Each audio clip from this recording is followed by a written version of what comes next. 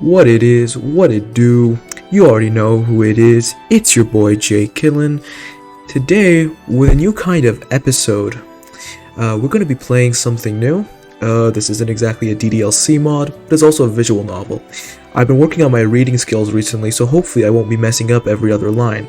So now a little introduction on what this game is. This is Melting of the Winter Gears Full Snow. That's a mouthful of a title.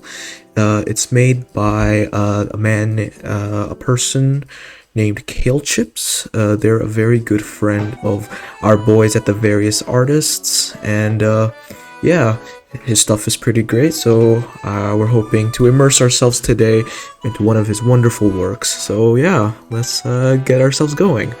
Melting of the Winter Gears, a girl made of glass, she follows a command set deep in her heart. Kind of sounds like Violet Evergarden from like a look-see. So anyway, let's start this. If it will start. Alright, here we go. Father, in the midst of that fiercely stormy night, the doll, once so cold and expressionless, was finally overcome with an indescribable warmth. A feeling that seemed to flood the entire room in a gentle embrace. How sweet, how kind, how fragile. It was far too good to be true. The moment was soon to be extinguished with all the grace of a candle in a storm. But the doll, even knowing this, lay still until the breaths melted into silence. Father? The door is quite open. Whoa, look at that art, so cool. Daughter says, Father, what on earth are you up to now? Your face is atrocious. Damn. Oh well, you see. You know how late it is? I haven't checked. Of course you haven't. Your wrinkles will only get worse if you keep staying up so late. They'll get doubly worse if you keep making yourself cry. Cry? What's this man doing? I see. I'm sorry then. Enough of that. What is it that you've got, This? Oh, you'll like it. I just know it. I've been transcribing this new story sent from the bureau. It's one of bittersweet memory and love and mystery. So it's one of those. It's really quite good. Some parts are missing, but I can see the promise. Apparently, the town where it took place was wiped off the map. Why don't you hop up with Pop-Pop here and take a looky-loo? Don't say something so disgusting. Damn, this daughter's a savage, bro. She's had enough of all his stupid dad jokes. Although, if you say it has promise... weakling. I promise on its promise. It isn't interesting. It's off to bed with you. Damn, if there's no wife around, the other woman takes her chance to boss you around. Then I think we'll be up all night. Father, you're getting presumptuous. Precisely. Well, let's get on with it, shall we? This is what I've pieced together so far. Before the storm and the dancing and the singing and the heartbreak, there was a doll wading through the snow. From far off, she looked like a phantom, her white locks and thin shawl floating behind her on the stinging winter wind. On closer inspection, however, one could see the clicking ball joints of her fingers and hands through thin layers of ice. The cold did not bother her. She was truly inhuman, walking with such a blank expression. The doll had been walking for a long time. In truth, she was following a set of abandoned train tracks, buried beneath the snow. A normal human of flesh and blood would have given up and frozen solid by now. But this doll had no flesh to frostbite or blood to freeze. She simply walked on, music box in hand, following the tracks that would lead her to a town full of people who would have money to spend. Dude, look at that. Look at that animation. It's like one of those storyboard things. So cool. Look at the line weight of that. Kale is an artistic genius. The command echoed in her head. All you need to do is play the music and get us some money. Got it? How long ago was it that she'd heard those words? It was farther than yesterday. It was more distant than last year. But time hardly exists for a doll. The words were engraved into her cogs and wheels as soon as they were spoken. A command that must always be followed, even after the speaker has long since disappeared. All at once, the railroad tracks came to an abrupt end. Before the doll lay a winter-white town.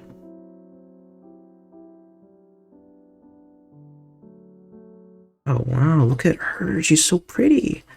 The strands of hair. I'll play a song for a coin. Any song for a coin. A nickel for a few notes, a melody for metal. Tell me what you wish to hear. There was no answer. The town stood without word. I'll play a song for a coin. Any song for a coin. And before the doll appeared a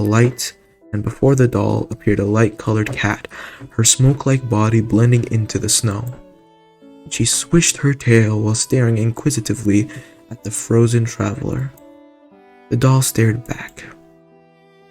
Is there something you wish to hear? You're speaking to me? No, I'm speaking to the house behind you. So the glass thing can bite. How fascinating. Yeah, seriously, man. She got sass. You got sass for a robot chick. Fascinating enough to buy a song, I hope. The cat swished their tail in irritation. The pesky traveler was missing some manners. Any song, is it? So I ask you for the sound of a dog's bark. Will you play it? I cannot. How about an elephant's trumpet or a raven's caw? I cannot. So you cannot. You offer anything I wish to hear, and you can't do something so simple. Pathetic as they come, offering things you can't deliver. That's how it is with glass things like you. You wander and babble until you exhaust your purpose and crack apart. Got anything to say, glass thing? If you're so eager for the sound of an elephant, why don't you go find one yourself? And while you're doing that, find a coin so I can play you something. The cat searched for an opening, but the doll's eyes were truly cold. Fine, glass thing. Then you pick the song. It'll give you a bit of purpose. If that's what you wish. And so the doll's porcelain hands found their way to the crank of her music box. The mysterious contraption began to play a song. Its cogs and wheels worked in time while the brass face rattled gently. The paint on the handle was worn through with use. The metal plaques were in desperate need of polish. I just want to point out that the prose in this is very well developed. I guess it must be all my time playing DDLC mods and stuff, but it's a breath of fresh air to read something that's actually well written. I could learn a couple things or two from this. Still, the song surely continued. The flickering cat stood, transfixed by the sound. You see, the town had been silent for so long. For a moment, the barren land seemed to come alive. The music cut through the snow and buried itself into the earth. It floated above the rooftops and soaked into the sky. The song that had been played for so many years through so many towns sounded like a miracle. And all the while, the doll expressionlessly cranked the box. That was... It was a song. I know that. Tell me, where did you learn it? From somewhere. No, where did you get it? From someone. Damn, fucking Bro, don't stop being sassy, just answer the man's question. Yeah, you're no good to talk to. What a killjoy. Let us have the pleasure of never meeting again. Ta-ta. At that moment, the doll reached down and yanked the cat's tail. Yeah. Unhand me, witch. You haven't paid me yet. You think a precious kitty like me would have coin? Fool! Loan! You violent delinquent! I'll let you go when you pay your due. I haven't got a red cent. It's the truth. Slowly, the doll loosened her grip on the screeching feline. She didn't seem to fully comprehend the situation. Man, it's a really good thing I took up those reading classes, you know? Otherwise, I would have messed up every sentence here. Whew. You're still expecting it, aren't you? Man, and like the designs here, they're so good, and like the atmosphere is really capturing that, like, you know, the whole fantasy aspect of it all. Man, you don't really get this kind of stuff in the DDLC community. So it's nice to branch out and actually find something with real creative talent behind it. Foolish, loonish glass thing. I don't have anything for you. There's someone out there who does. The cat turned and padded off into town. The doll, unsure, stood still in the blustery open. Her glassy eyes searched the town before her. Nothingness upon nothingness. And so she followed after. How long had it been since the town was alive? How long had it been? The doll walked alongside the crumbling buildings, doomed to collapse in total obscurity. The paint was chipped and faded, the roof tiles done in. Remnants of now colorless paper clung to the rusted nails along the walls. All the words had been wiped away by the last season's rain, or maybe the season before that, or the one before that. How empty that little slice of country was, enough so to make you think there was no one else left in the whole world. You couldn't get much coin if you were the only one in the world, could you? The mysterious cat disappeared from sight. However, her tiny paw prints in the snow left more than enough of a trail, and so the doll obediently followed it. She wandered through the long dead market, past the broken fences and over the occasional puddles of silver bullet casings. It was at the heart of the hollow town that she found a pond, a bridge, and a body with a wistful grin. The body, ooh, who's this guy? Got the whole beret thing? Call rent a girlfriend cause somebody's getting laid. The body lay still in a pillow of snow. Are you awake? The doll asked. The body sat unsteering, but the grin grew very slightly bigger. The doll took a step forward to look. The clothes were loose and tattered and flecked with bits of frost. Patches had been sewn in with a clumsy hand. Not a single puff was emitted from their bluish lips, but their eyes, dark with raccoon-like circles, fluttered open halfway. It's about time, isn't it? They whispered. The voice came out like crumpling paper. The doll could only stare blankly back at that smiling blue face. To be honest, I didn't think you'd come for me. A creature my kind going out like that. It sure don't sound right to me. But Miss Angel, I'm happy I waited a little longer. I'm sorry that I couldn't do better. You can take me now. The bedraggled body extended their hand towards the doll, a look of relief washing over their tired face. Finally, it was over. They could feel content, their broken heart buried cold beneath the snow at last. But the doll abruptly slapped their hand away. Damn. Yeah. Driffin. Miss Angel, pardon my offenses, but... The doll put her open hand forward and made a curt motion. Money. Damn, all these bitches want are gold. Fucking diggers. No matter the universe, no matter the genre, gold diggers, you'll find them everywhere. Money? Yes, pay up. Gee, Miss Angel, is this some kind of new penance thing? So even heaven is coming by rough times. Angels? Heaven? I don't know about any of that. I only want money. At least she's on that Sigma female grind set, you know? She got her priorities straight. The scruffy stranger paused in shock. The relief on their face melted into confusion with an exhausted sigh. So that's how it is. I'm not getting let off so easy. So much for that. And what's it that I gotta pay for? The song. What song? The one I played. You're a doll, right? I really mistook you for a beautiful angel. I don't remember ordering any songs from you, as nice as I'm sure they are. All I've been doing is counting sheep. What a nice dream I was having. I even got to see a beautiful angel. You're that desperate for money, huh? The command echoed once again. All you need to do is play the music and get us some money. Got it? And you're an odd one, aren't you? I think I understand pretty well. I'm stopping that, I guess. From their coat, the stranger produced a jingling purse. The doll's hands immediately went for the prize, but the sneaky drifter's hands were even faster. You rascal, you. You'll do a little something for me, and I'll give some of this to you. Sweet deal, ain't it? Not if I wait for you to fall asleep.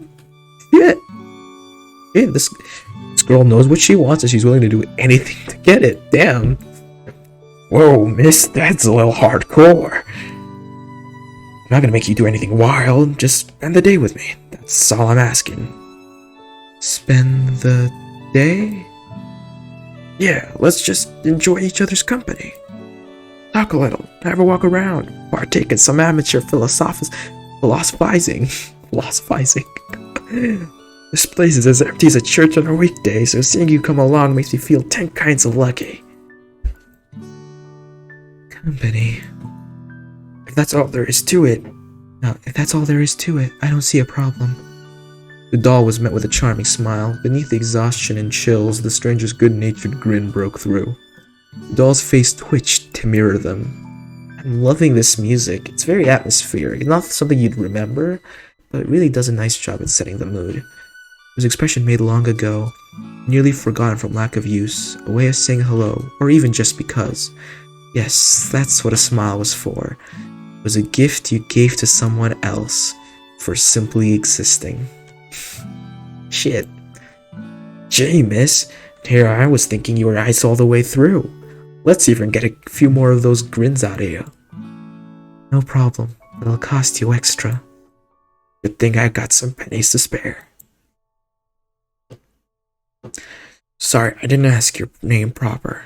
I'm Noel. Oh, I thought I was saying Driffin. It was actually Drifter. Makes sense. What about you? I'm... Back then, she said. I know. It's perfect for you. You look just like, My name is Lillian. That's a lovely name. Thank you very much. And so I'm not quite sure where to go from there. Father. It's not that I haven't got the papers, it's just that things seem to be a bit out of order. We do know the two went around the town a bit, but to where and when? Okay, I'm just gonna let you guys into a little secret. Of course, this probably isn't it, but sometimes when I'm writing a story, with my boss Fit, I like to think, I like these things, these little moments where they acknowledge structural issues, is literally just us trying to lampshade the fact that we don't really know what to do. But it's, we make it do. We make work of it. We make it work. If you're gonna fuss about it, I'll just fix it for you. Darling, what are you doing? Putting it together, that's what. What's this all about? That's the map, dear. Be careful with that. If I were them, I'd go... Ooh, little choices. I think, well, he mentioned the church, so I guess the church would be a good option. Because I want to see how, this whole talk about religion. I think church is nice, so we can have a little comforting place to go. A church in town like this would be most mysterious, wouldn't it, Father? That's unexpected from you, but I agree. It's probably somewhat romantic. It's probably got ghosts or a dead body. Snow white doves burrowing up in the steeple. Cobwebs and a shaking coffin. I think we may have very different ideas of this church, but let us waste no more time. Let me find those papers. Alright. In a town of sunken roofs and crumbling stone, the church steeple rose proud and tall, untouched overhead. Somehow, it avoided the conflict that ravaged the streets below, as if the iron fence around it warded off bullets and stone, as if a greater power would ignore all but it. A white steeple against a white snowscape in a sea of empty shells. Even the overgrown vines in the front garden were a wonder. In depths of winter, they still remained a vibrant green. They twisted and crawled along the walls, encasing the church in a leafy embrace. Perhaps it was a protective spell. The two drifters allowed themselves in through the fence and into the garden of green. It's magical, ain't it? Noel sighed. It makes this place feel a little less like a coffin. He stumbled on ahead. With a slight bow and an enormous grin, Noel held the door open. Inside, rainbow-colored lights were pouring from the stained glass windows. Specks of dust were caught dancing in their streams. It was like the center of a marble. Lillian couldn't help but be drawn in. All the color in the whole world was hidden in this room. The town was forgotten by time, but this church was completely, totally untouched by it. What do you think? I thought so. The only thing that would make it nicer is if there were some people around. But it's too late for that, I guess. Oh, I know. We can play church. Let's give it a go, alright? Play church? It's a pretend game. Kids play it all the time. You make up whatever you want. It'll cost you extra. Fine by me. I'll be the confessor, and you'll be the priest. Father, I have done something I'm ashamed of. Did anyone see you? Only the eyes of our Lord. Then it's okay. But Father, I've sinned. A terrible sin at that. What did you do? I stole. What did you steal? Money. Can I have some? Oh man, I'm loving this lady. Father, I can do no such thing. I can't have you partake in my sin. I understand, my child. You do? Of course. Admitting to such an act is an admirable thing in the eyes of the Lord. So she understands what's happening. She's just being a smartass. The patient and kind priest presented her cupped hands to the pitiable sinner. What is it, Father? Nothing, child. It's just time to pay your teeth. Excuse me, Miss Lillian, but you'd be a terrible priest. Damn. And excuse me, Mr. Sinner, but you'd be a terrible thief. Maybe when it comes to money, but not to hearts. You hear what I say? I did, but I'm waiting for the punchline. Oh my god. For a robot girl, she's got a lot of, a lot of character. It wasn't a joke. I'm still waiting. Miss Lillian, you make me all sorts of nervous. You're pretty interesting too. I'm sure many things are interesting to you. For one, you make everything sound like an insult. For two, you always got that stone cold face on. For three... Miss Lillian, do you mind me asking something?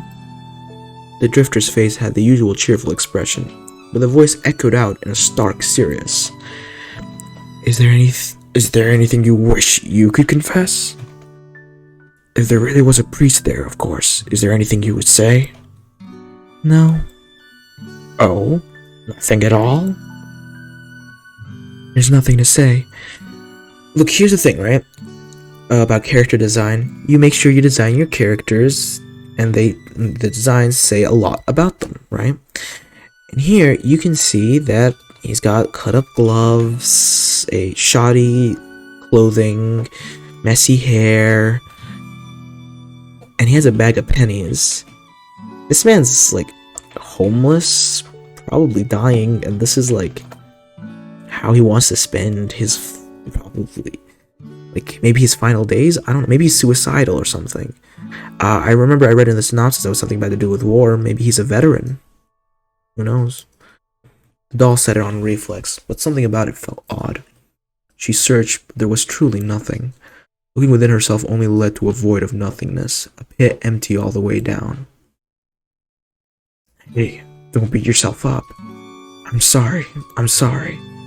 Some folks say dolls don't have feelings. Not real ones anyways. But I just can't believe that. To say somebody's all wrong just because they express things funny It just rubs me the wrong way. It's bad. It's bad?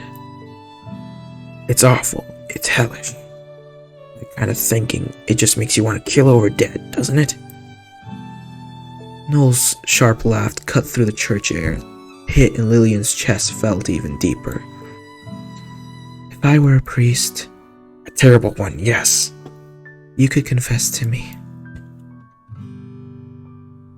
Is that an offer, Miss Lillian? I was only playing church. Oh, I see. Just, playing church. A child's game. Simple as that. If I were to confess. If I were to confess. Noel scratched their chin in exaggerated thought. They mused and mulled and meditated. Not for a moment did Lillian's stare waver. Nope, I don't have anything. Liar. Nothing. I don't have a single regret, Father. Please listen to the sincerity in my lily-white words. I lived my life with nothing but joy and inner fulfillment. Yippee! Did you find that fulfillment falling down the stairs, or have you always been this joyful? Good one. But I really mean it. There are things I could have done better, but the result would have been the same. It's pointless to regret things like that. Maybe if I had to, I'd say, I regret being born, or something like that. Ha ha ha. Please, did you really fall down the stairs? Ooh. Was somebody just outside? Perhaps. Miss, there shouldn't be anyone else in town besides us. Not even a cat? It's way too cold for anything to be wandering out here. Like even the birds are shaking. Is that so? It's probably just the wind. Let's get a move on, alright? Warily, Noel peeked out the door. The iron gate outside was swung slightly ajar. Beyond it was a thin trail of